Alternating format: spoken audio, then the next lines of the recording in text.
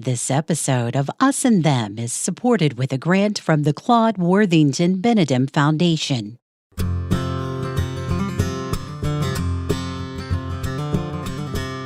Hey, it's Trey Kay, and from West Virginia Public Broadcasting and PRX, this is Us and Them. We're the show that tells stories about the things that divide us.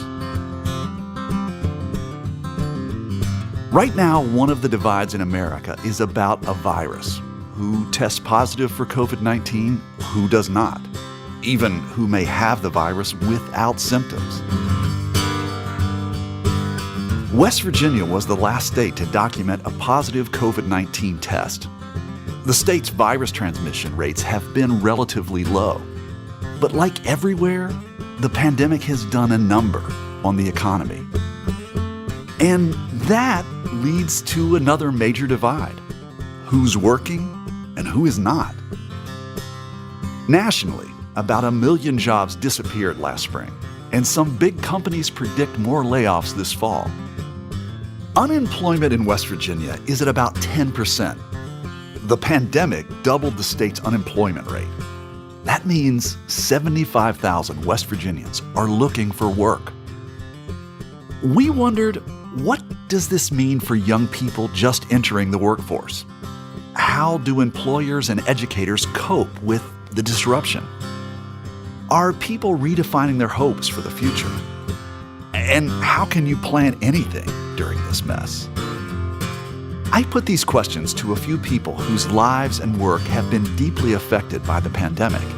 And, well, frankly, a lot of what they told me was a surprise.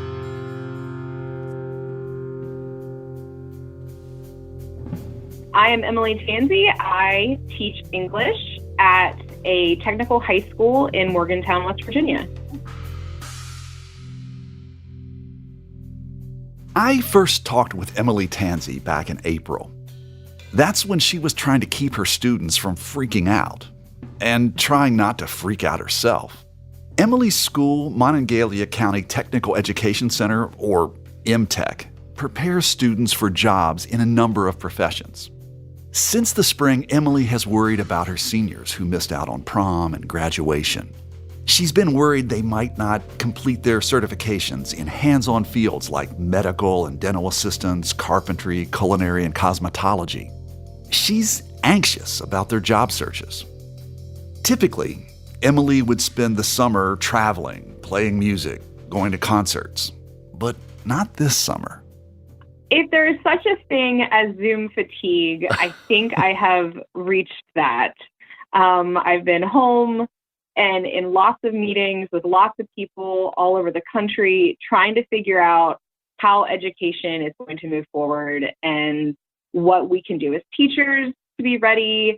When you look at it from a scientific point, right, there's community spread and schools are vulnerable places. And yet we're being told by school officials and politicians that everything will be fine if we just follow the guidelines they put in place.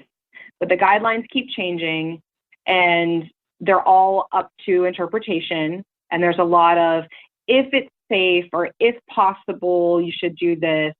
And that's not making me feel very safe or certain about my future. Well, is it the kind of thing, as you are in your marathon of Zoom meetings, do you have to kind of do kind of like a patting your head and rubbing your belly type of thing where on one hand you are thinking about, are we reopening schools and how is that going to be safe? That's kind of one plate that you're spinning. And then another plate or series of plates are, how is it that you're going to engage with students? Is that what's going on? Oh, totally. Yeah. Oh, yeah. And I'm genuinely worried that the way that I know how to teach isn't going to be the way that I get to teach. The social piece is missing when you're just giving a student an assignment and letting them do it on their own and then providing feedback. It just isn't as community building. And I'm really worried about how to create a community, especially with students I've never met before, because I'm going to have new students. Like you don't have any foundation with them to get a start with. Right. How are you preparing for the new school year? It's such a difficult question because a part of me is looking at these plans and wanting to just quit. And I've never wanted to leave the profession before, ever.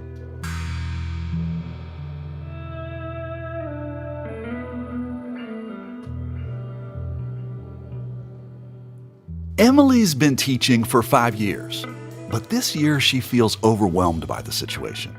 She's discouraged by what she calls a threat to the entire public school system.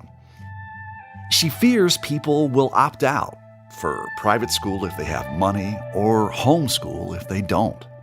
Either way, it could mean less support for the public schools. I think that's the one certainty, is that no matter what school district in America, we are not going to be the same as we were before the pandemic. This is going to change us as educators, as people that write policy, as school district administrators. This is going to change what public school looks like.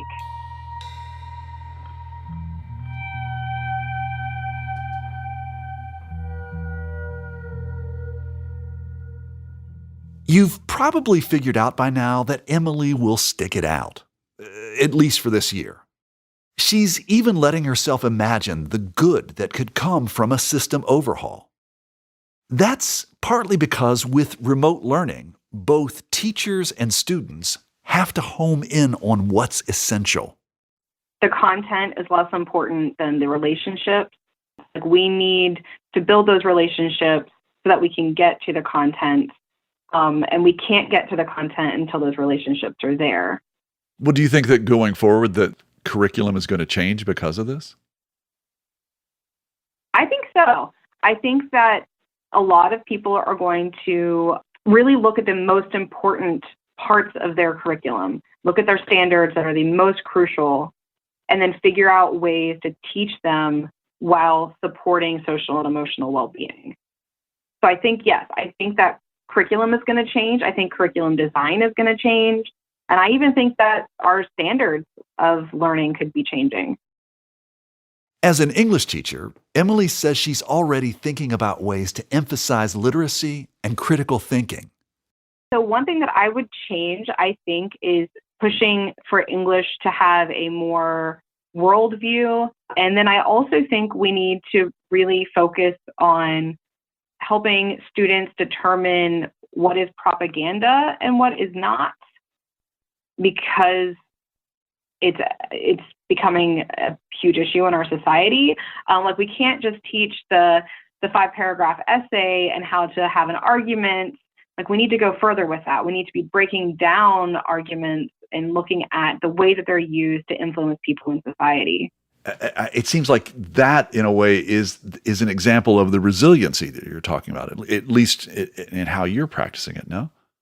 I will say that teachers are probably the most resilient and creative people on the planet, because we can take things happening in the real world and find ways to apply them into our classroom.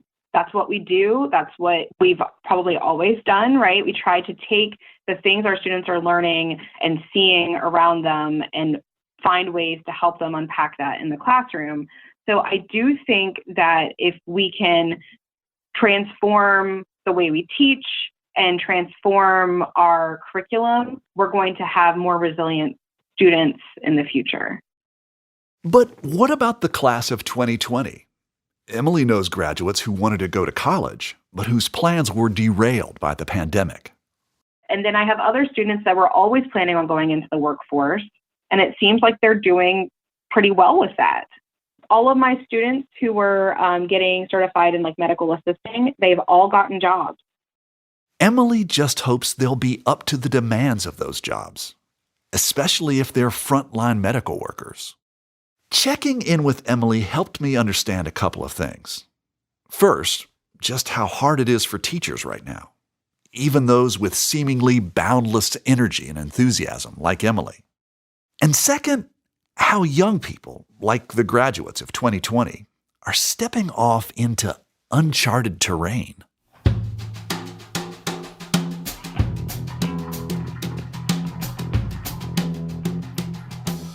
My name is Charity Saringer. I'm from Blacksville, West Virginia, and I am a daycare teacher now.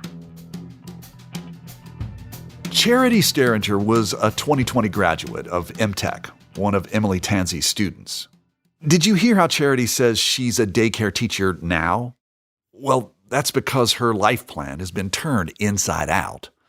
Charity won a bunch of high school academic competitions. She went on to state competitions and was counting on scholarships to help pay for her college tuition. But the tournaments were canceled because of COVID, and Charity has had to change her plans. With the train wreck that was my senior year, at the end, I just need a break from school. So right now I'm settling with working in daycares until I am mentally and emotionally ready to continue. Charity wants to be a special ed teacher. She has family members with disabilities, and she's helped care for them. She has compassion and know-how. When we talked a few weeks ago, she was waiting out the pandemic in Allentown, Pennsylvania. She's an assistant teacher at a daycare center in a classroom with 13 kids. It is hectic. It is crazy. We have a bunch of kids. They pick their nose. They put their fingers in their mouth. Toys go in their mouth. During the day, we'll have stations set up. Once the kids have played in that station, they are closed for the day to be cleaned. At nap time, when they're all asleep, after I get them settled, I will have to soak anything that's plastics. If it's wooden, I have to wipe it down with Clorox wipe. Anything that is fabric has to be sprayed. Charity moved to Pennsylvania because the daycare she worked at in West Virginia shut down. Plus, there's a deaf and hard of hearing community in Allentown, and that's a particular interest of hers. She doesn't mind the hard work. She worked 2 jobs during most of high school to help pay her family's bills. And she says moving to Allentown is an investment in her future. So even though I can't work in the position I want to right now, I'm still going out and getting experience. I'm learning sign language from actual people who are deaf and hard of hearing. So in a way, you're saying that the pandemic has slowed things down, but you're continuing. You're not waiting for the system to find a place for you. You're basically doing what you can to kind of ramp up skills as best you can, so that when the pandemic passes and you have an opportunity, you can hit ground running. Yes, I believe the pandemic is not a hurdle or a wall that is stopping me. I just think I need to look around me and find other ways to view this.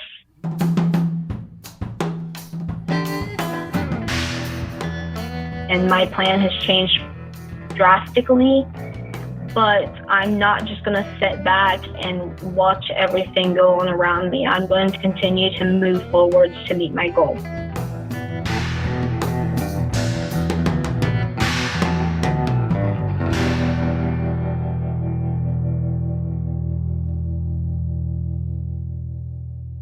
Charity still wants to get a bachelor's degree. She'll be the first in her family to go to college. Business and education leaders in Appalachia say post-secondary education is vital for a future workforce. When she's ready, Charity wants to move back to West Virginia and take some initial classes online. Eventually, she wants to open her own school for children with disabilities.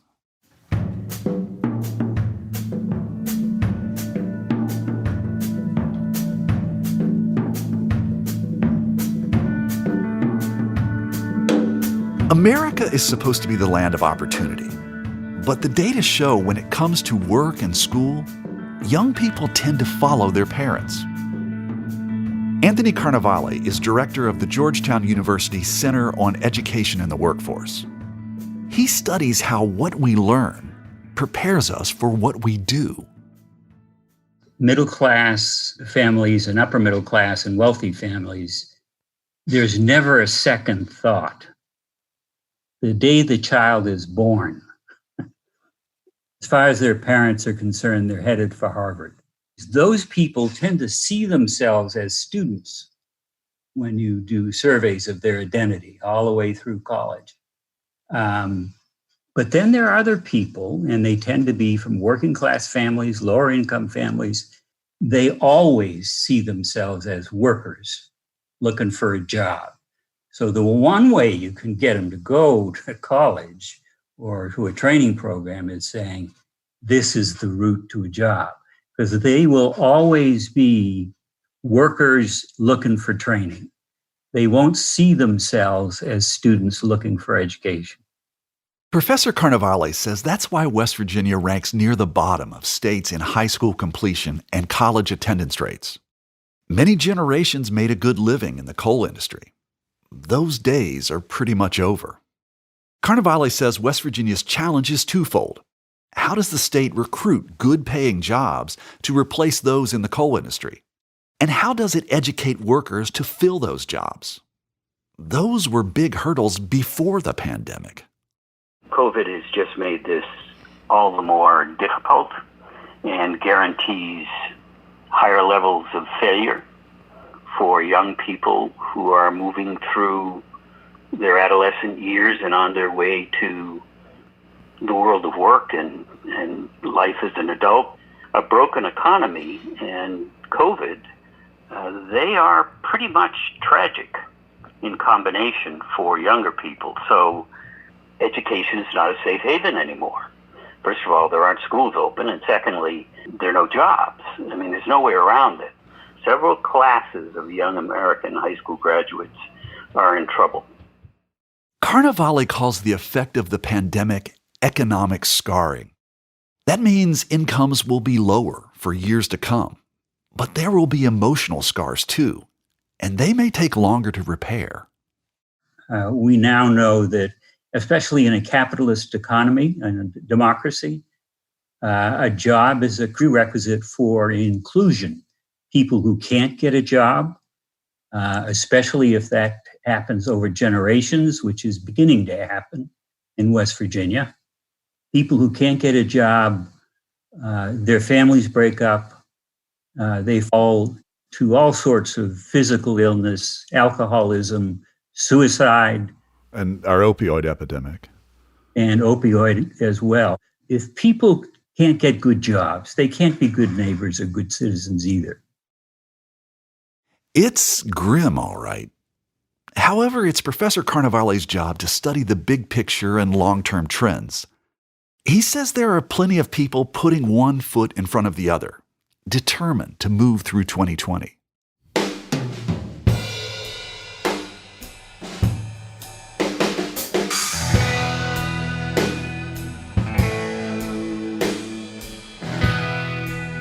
After a break, we'll hear about ways West Virginia is trying to prepare people for a better economy with training. Once we can get people into the programs, we can get them through and they can get terrific jobs, but we have trouble getting them in.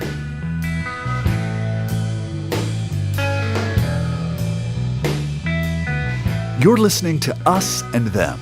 This program is supported in part by the West Virginia Humanities Council and the CRC Foundation. This episode is supported with a grant from the Claude Worthington Benedum Foundation.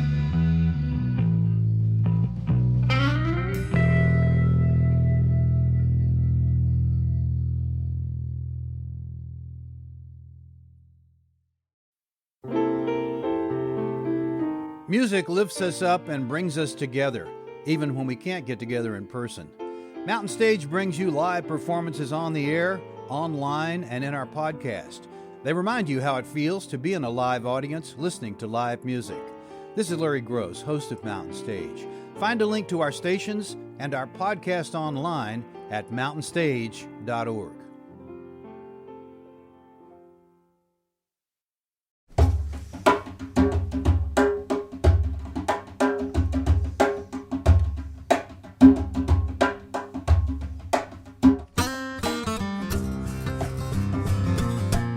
Hey, it's Trey, and this is Us and Them from West Virginia Public Broadcasting and PRX. It's been us versus the pandemic for more than 6 months, and counting. Those of us lucky enough to have work have had to rethink how to do it. And that goes double or triple for people in healthcare or education. But what about people just entering or re-entering the workforce? Young adults, people in recovery, and disconnected workers. West Virginia ranks at the bottom of all states when it comes to something called labor force participation. That means we've got more people than anywhere else in the nation who are so discouraged about work, they've given up looking. But there's a relatively new idea that creates businesses and trains workers. It's called a social enterprise. People train for work while they continue their education and learn best practices for life. Okay, so now we're getting to the blank. Okay, I got it. Now we're in the last set. One social enterprise focuses on people who need that kind of fresh start. I'm Brandon Dennison. I'm the founder and CEO of Coalfield Development. When we started in 2010, we laid out some organizational values, and the first value is no complaining and whining, and so, which is really setting the precedent for we're going to be problem solvers and we're going to figure this out with who we have and what we have. And that essentially is the entrepreneurial mindset. And that essentially is the Appalachian character of just making do with what you have now. So where are we? We are at the West Edge factory in a neighborhood of Huntington called Westmoreland. We're right on the city limits. And this is our regional hub for business development and job training. So our service area stretches all the way from Huntington over to Charleston and then all the way down to McDowell County. So it takes about 3.5 hours to drive from one end of our service area to the other. At one point in time, this factory had 3 shifts, 3 8-hour shifts, ran 24 hours a day, employed over 1,000 people, many of them women who worked sewing machines. They made men's suits here. And then it slowly dwindled, closed their doors for good in 2002, sat empty for a little over a decade. We bought it in 2014. And the place has real character, and there's a sense of connection with the community because it employed so many people. It seems like almost everyone knows someone who worked here and their family and their networks. And so the special event space is really attractive to the community for reunions, weddings, music festivals, art shows. I talked with Brandon Dennison for the first time and got that tour about a year ago, before the coronavirus and masks and social distancing. Brandon showed me around their sprawling space, a shop where woodworkers make cutting boards and coasters, a t-shirt operation, and a customer service center. This is where our one of our social enterprises, Sustain You, manufactures shirts made out of 100% recycled material. It's a 50-50 blend of recycled textile and recycled plastic bottles that are shredded up and turned into yarn. The Coalfield development idea was and is ambitious. This video explains the mission. Coalfield Development Corporation is a bold and innovative nonprofit operating throughout southern West Virginia. We have 3 core capabilities: invest in and grow employment-based social enterprises, use these new enterprises to re-employ people and support their personal, professional, and academic development, and the third is community-based real estate development. 2020 is Coalfield Development's 10-year anniversary, a full decade of rebuilding the Appalachian economy from the ground up. We have been the catalyst of true transformations for people in southern West Virginia, and we have empowered places to transform too. Since 2010, we have created over 250 new jobs, trained over 1,200 people, leveraged over $20 million in new investment to the region, and revitalized over 200,000 square feet of formerly dilapidated property. Thank you for your support and for believing in our vision to unlock Appalachia's full potential, power, and purpose.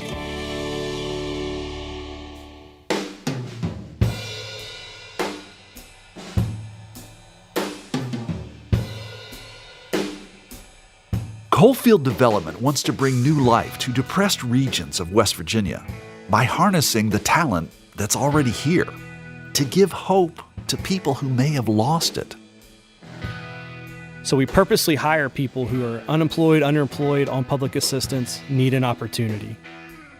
We organize their week 33 hours of work paid, 6 hours in the community college classroom. So all of our crew members are working towards an associate's degree.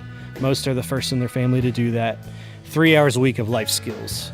So it's a very holistic approach to creating an opportunity for a person in a distressed community, hiring that person to staff a new business, And slowly but surely, that's how we rebuild an economy.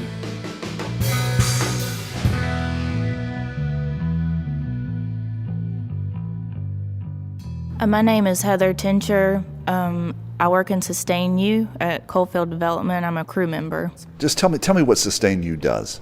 Sustain U uses recycled materials to make their T-shirts at a different location, and at this location, we print the T-shirts. What did it feel like walking into this here at Coalfield Development?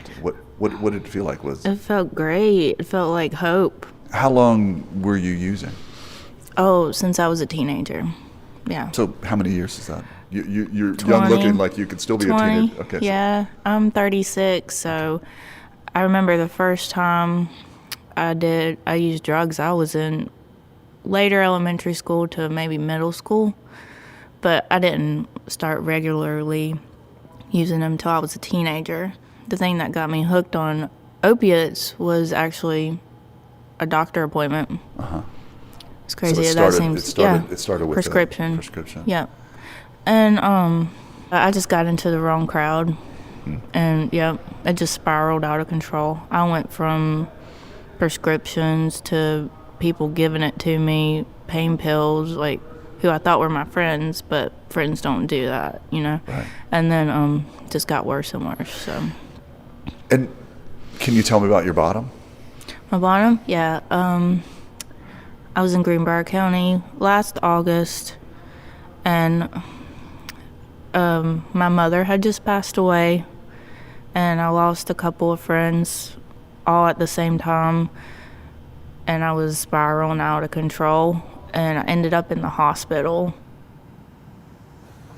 That's when Heather says God told her she could turn her life around. She credits that divine intervention for her recovery. A friend drove her to the program in Huntington, and 2 months later, she applied for a job at Sustain U. Did you think you could do it? I did doubt myself. I didn't know what it all meant, but I knew I needed to start somewhere. So that's when I started my journey in recovery, going somewhere where employment and education and room for growth is available. That's where I had to start.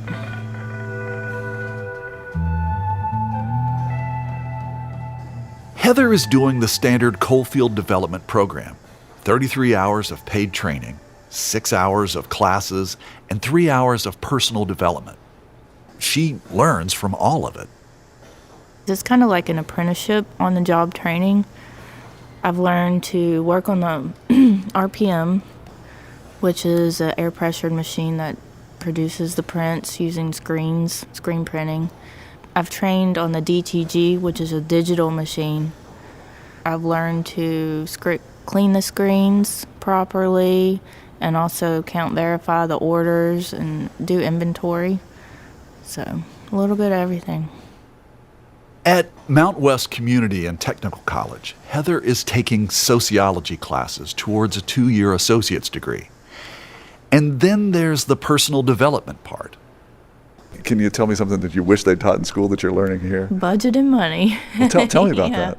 Yeah, we're learning.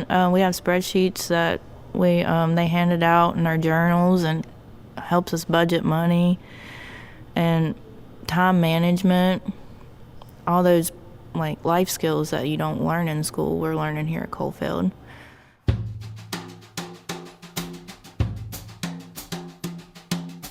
My name is Steve Roberts.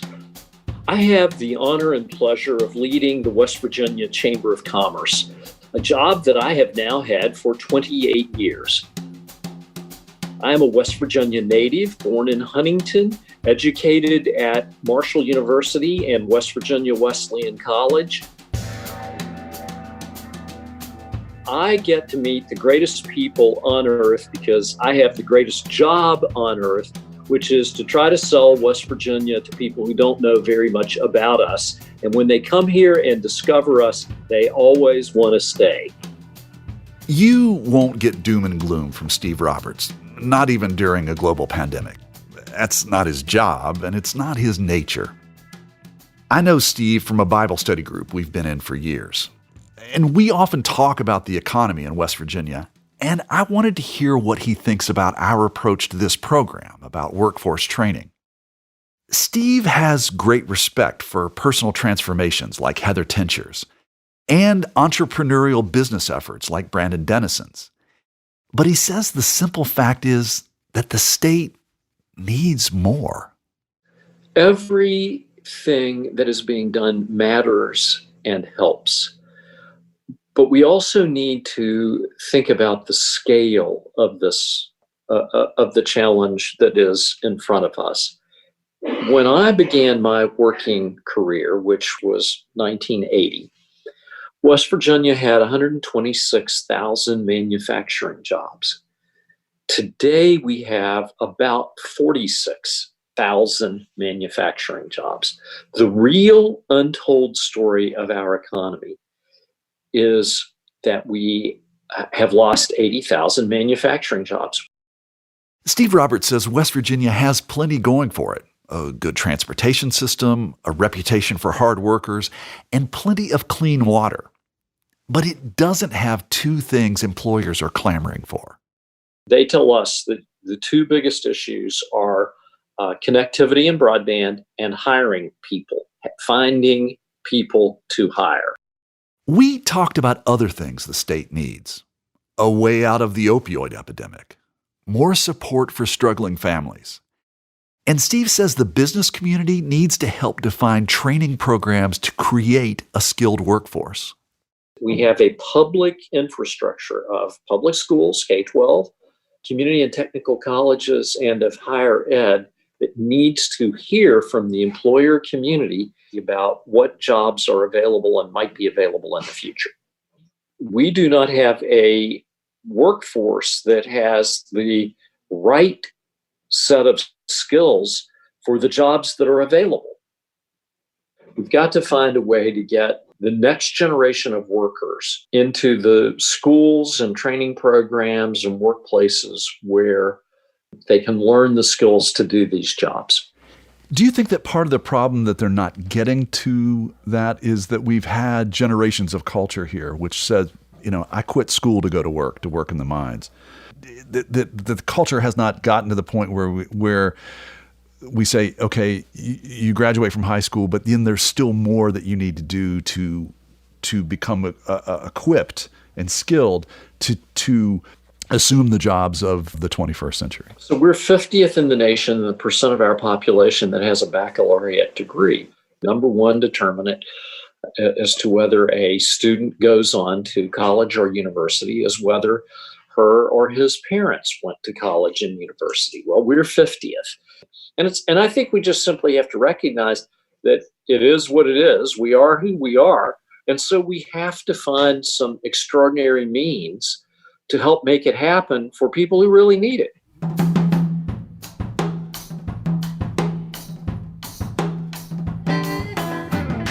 Steve Roberts says the state needs to take extraordinary steps to get people ready for jobs.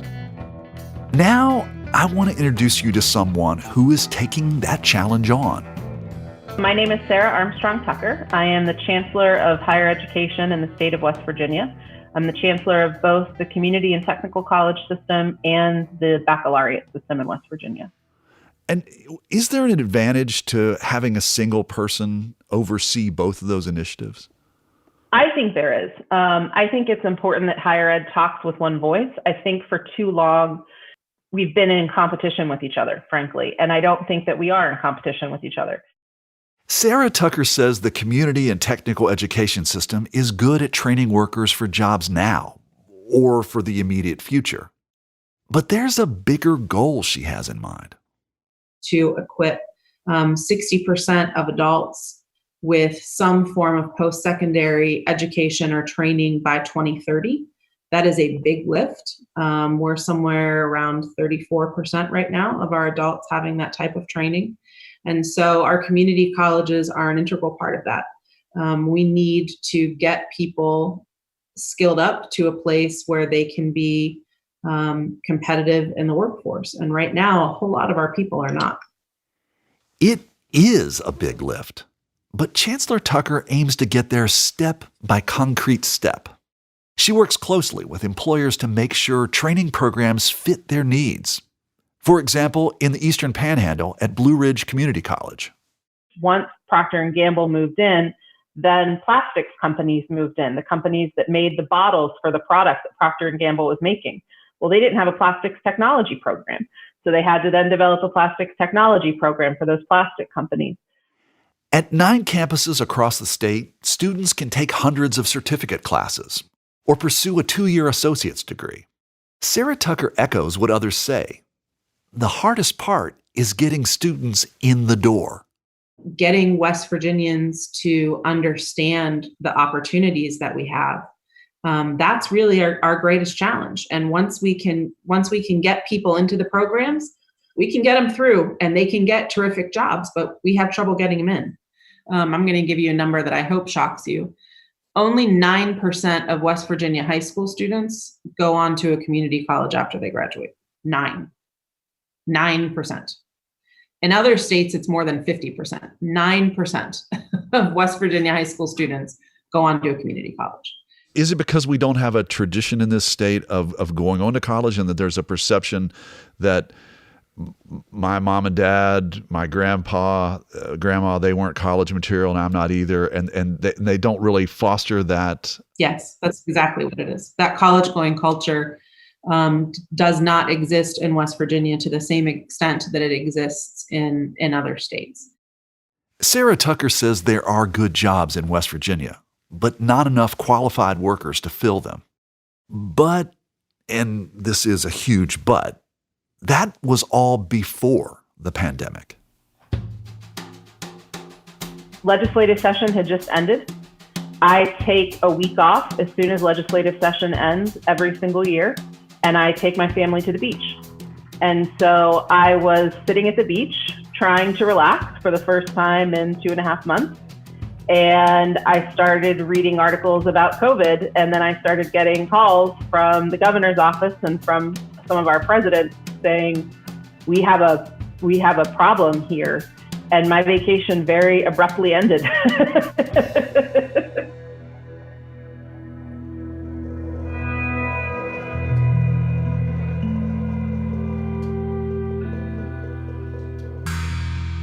It was early March. Tucker and other higher ed leaders decided to extend spring break and then moved most classes online. So now what the colleges have decided to do collectively is that they are putting all of their coursework online for this fall semester, with the exception of their technical courses. Okay. So all of their gen ed courses are fully online this semester, but their technical hands-on courses are going to be in person. They're going to be in person. Everyone's wearing masks, lots of social distancing protocols in place, but we're going to go forward with those courses. I keep saying, I don't know how you teach an electrical lineman how to be an electrical lineman and have him or her not climb a pole. It has to happen. So we have to have those courses going forward, and we're just being very, very careful with them. Of course, like everything COVID, the plan is subject to change, and it's been very, very costly.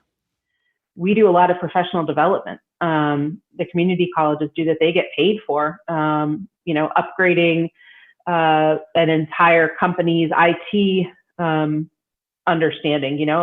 If Word gets upgraded or something, you get a new version of Word.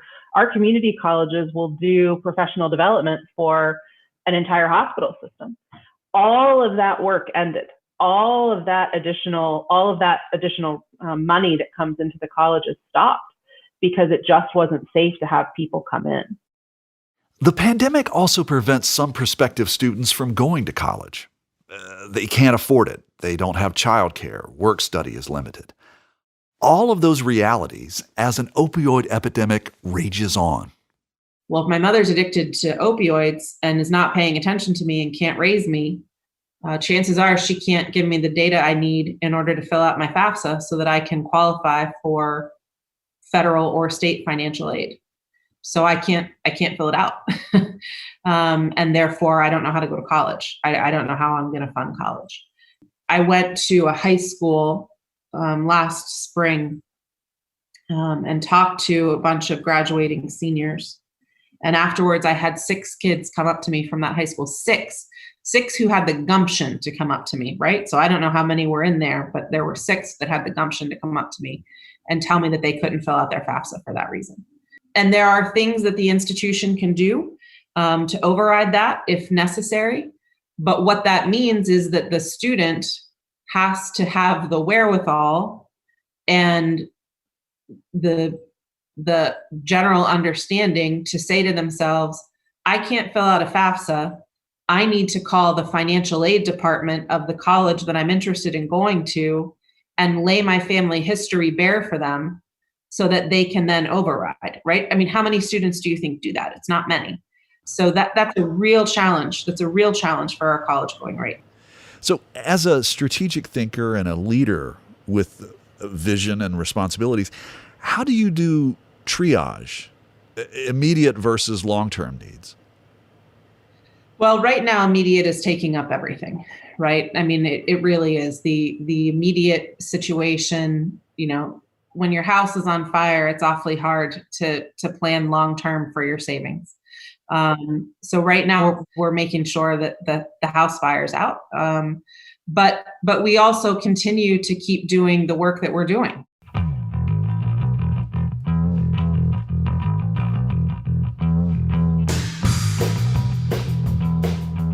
Sarah Tucker told me about one of her favorite community college training programs. It's called Learn to Earn. My name is Anthony Bowie. I'm 20 years old. Right now I'm going to West Virginia University at Parkersburg, and I'm going to college to get my bachelor's in CIT. What does CIT stand for?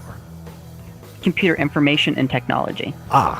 See, sometimes guys like me just don't know simple things like that. I usually tell people that I work on computers.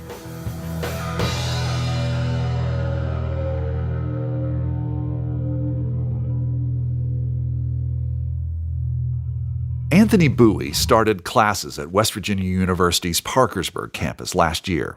He had no idea he'd like working on computers. He was just looking for a job. A professor told him about Learn to Earn, a school program that pairs college students with companies that will train them. After we went through and interviewed with several companies, Intiva reached back out to me and said that they were looking for people who were just eager to learn and to do more in the field while in college. And so they said I was exactly what they were looking for, and that's how they brought me in. Intiva is a DC-based technology company that provides a variety of internet services to businesses, from email to cybersecurity. Some of its founders are Parkersburg alumni. They knew there was opportunity in West Virginia, not just to train and recruit employees, but also to expand their business. After the first semester, I was mesmerized by it and I loved it. But not only that, but getting experience gave me insight to see what a life could be in that field. As far as you can see, Intiva is an industry from outside of the state that is looking to invest in the state, right? Exactly. And the best place to start is right in the college and in the universities where the word can get out through people like me, and realizing that, hey, there is opportunities here in West Virginia, and that these aren't just a low-end job. This is something where you can create a permanent job with them and produce a happy life.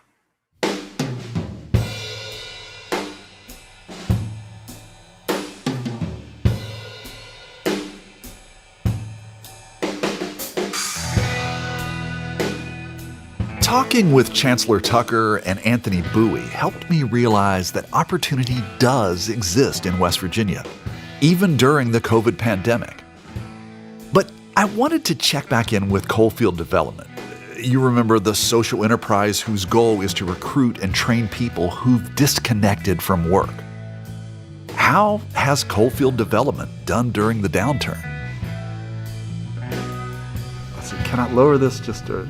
You can't. Now that we're sitting down, there's nobody else in the room. You're good. COVID interviewing realities. Yeah, really. I met with CEO Brandon Dennison in the cavernous event space at their headquarters near Huntington, West Virginia. We talked into separate microphones far apart. He told me sales and operations completely shut down for the first 2 months of the pandemic. But thanks to a government loan, they were able to keep layoffs and furloughs to just a few people. Brandon says they faced business challenges and the human toll of stay-at-home restrictions. There's another cost to being home, which is just loneliness and isolation. And we've seen, relapses, we've seen abuse, we've seen just really heartbreaking situations. Coalfield had to take its program online, and that presented some unplanned opportunities. A lot of our folks had never been in an online meeting before, or if they had, it was sort of as a participant, not as actually being an active part of it. And so sort of on digital literacy, has been actually a weakness for us for a long time, because a lot of what we train on, construction, wood shop, manufacturing, tech hasn't been our main bread and butter. And it's still not, but we've been forced to come a long way with it. And it's been a positive. And what's been interesting is some of the teams actually became closer than ever. So once we figured out the technology barriers, when we didn't have the on-the-job component, folks had more time to just sort of open up and talk about what was really going on for them. And so there were some surprising blessings that came out of it too. We checked in with Heather Tincher recently too. She's the Coalfield Development crew member at Sustain U, learning to print T-shirts. We worked from home for a little bit, but during that time we were able to do training online and get certification. So what certifications did you get? I got quality control overview, hearing conservation and safety, conflict resolution, performance management, and I continued with my online classes at the college as well during that time. Heather likes taking college classes online. She expects to finish her associate's degree in sociology next spring. She's even thinking of going to Marshall University for a BA. That would have been unimaginable just a year ago.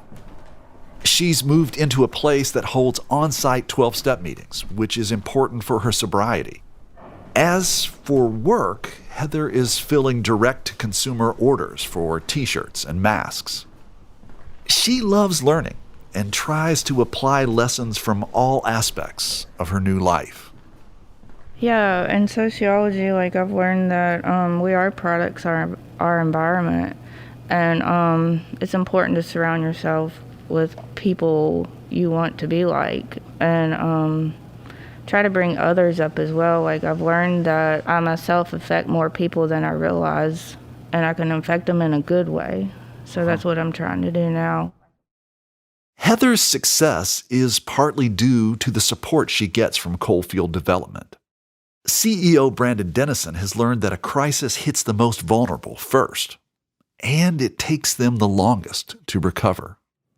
Initially, it was pure survival mode. How are we just going to keep this thing going and take care of our people, the best we can? Then I sort of started shifting into, I was remembering when we started Coalfield Development, which was back during the Great Recession, which feels small now, in comparison. Yeah. But I remember then, so that was 2010, and I just felt obligated, someone needs to be a problem solver here and be talking about what we can do instead of just obsessing on everything we can't do. So I was sort of reflecting that and remembering that, and I had a realization that as scary as it was, Coalfield Development's been willing to take risks and believe in our people and believe in our communities and lead a different way forward.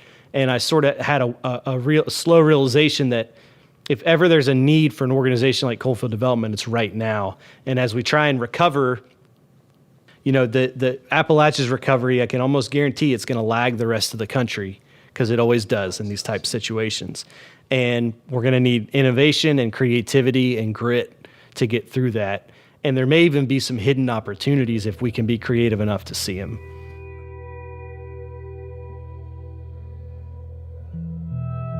It's tough right now for many of us. For me, to keep the anxiety in check.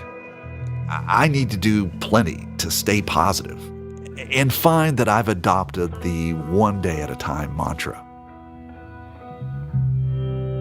But leaders like Chancellor Sarah Tucker and CEO Brandon Dennison have jobs that require them to think big, to take steps that can improve people's lives and build back West Virginia's economy.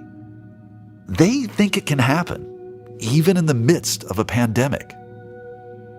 Our paths are often shaped by our experience, but they're not carved in stone.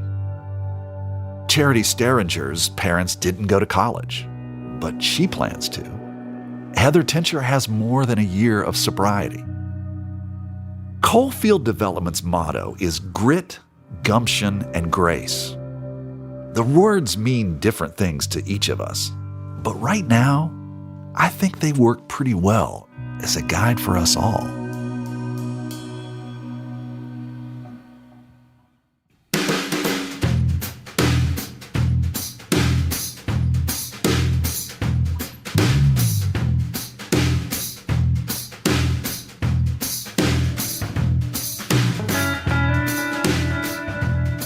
You've been listening to Us and Them. Our team for this episode is me, Trey Kay, Lori Stern, Brad Stratton, and Kate Smith. Michael Lipton and Tristan Lozow wrote and performed the Us and Them show music. Mark Lerner designed our logo. Lelena Price provides us with images for the web.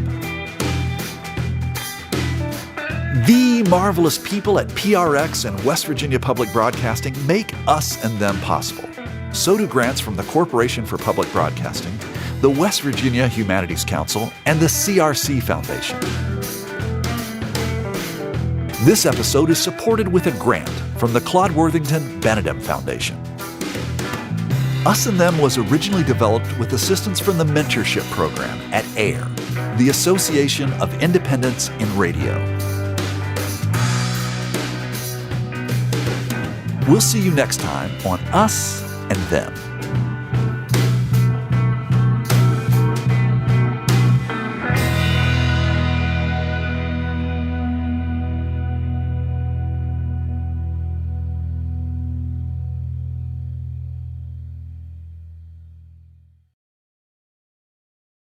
Support for this podcast comes from the Corporation for Public Broadcasting.